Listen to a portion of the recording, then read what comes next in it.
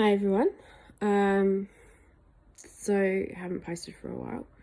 I just want to talk about, and hopefully it won't go for too long. Try and keep it under 5 minutes. Trauma. So when, as an adult, you experience trauma yourself, and then you have children, even the best of us who try to keep that out of our children's lives or try to keep it in the background and not the focus, we still fail, which I have found out recently. So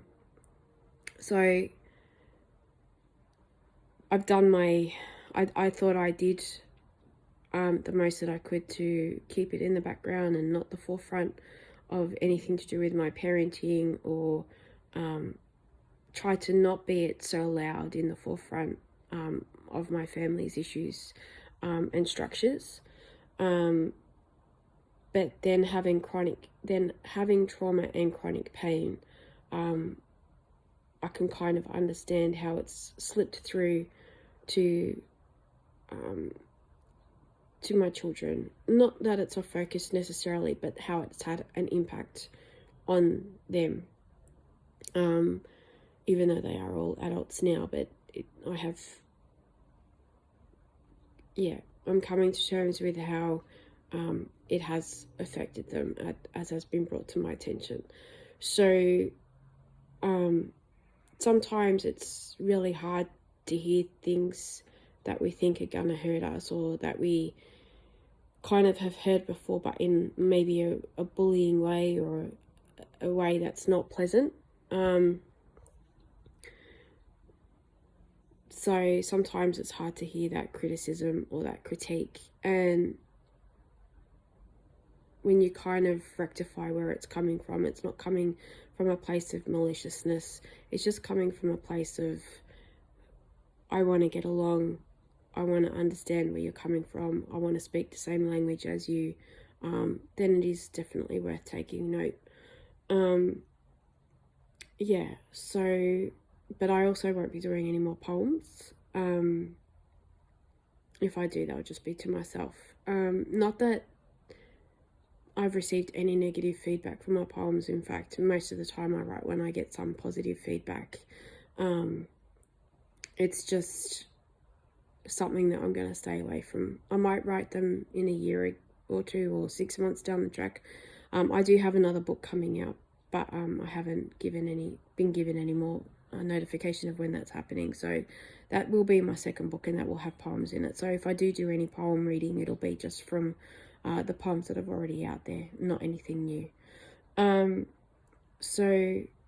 just wanted to touch base. I'm still quite ill, but due to the fact that I'm trying to get a written application for the disability pension, and I'm not winning on that ground, even though I've actually gone straight to the minister who oversees that, still ignoring my request for that matter, because I refuse to use MyGov. So that's just something that I refuse to use.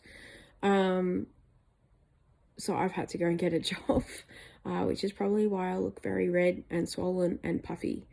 So I've done my first full week today. So this is something that people don't realize, that people with chronic pain, when they need to do something, or just people in general will need to do something, they do something, but people don't understand the impact it has on someone that has chronic pain, because basically I won't be recovered by Monday. I'll look better, because I'll make myself look better, and I'll be a bit more refreshed than what I look now, but I'm not going to be recovered by Monday, and then I have to do it all over again for another 5 days, and then another weekend comes, and then I might have plans on that weekend, which means less time to rest, which means then I'll be even less recovered by the following Monday. So when workplaces talk about flexibility, this is something that is not in the terminology.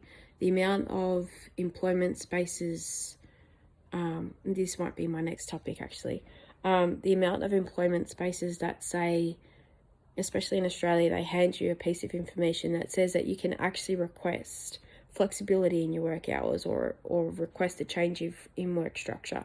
Every time I've done it, I've always been refused. because the business can't support part-time or whatever nonsense that they spill out.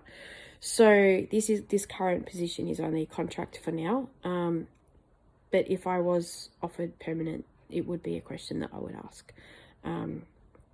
So yeah, when they say that there's inclusiveness and flexibility, there is, if you're of a particular personage, and not if you have a chronic illness, and not if you're autistic or neurodivergent, because people are still struggling to understand those needs of those people. So yeah, so that's why I haven't posted anything. My animals have kept me sane and entertained, and that's why I'm still here, because I've had some really, really dark moments. So just if you are going through a difficult phase, you aren't alone. There are other people feeling the same, feeling low, especially at this time where a lot of people are experiencing a lot of extra stresses due to cost of living rises and so forth. So yeah, so I will keep posting, maybe just not so frequently. So thank you for following and subscribing, and enjoy your weekend. And if you're in Melbourne, it's a bit frosty, but there's a bit of sun today, so hopefully it's not too bad. All right, thank you, bye.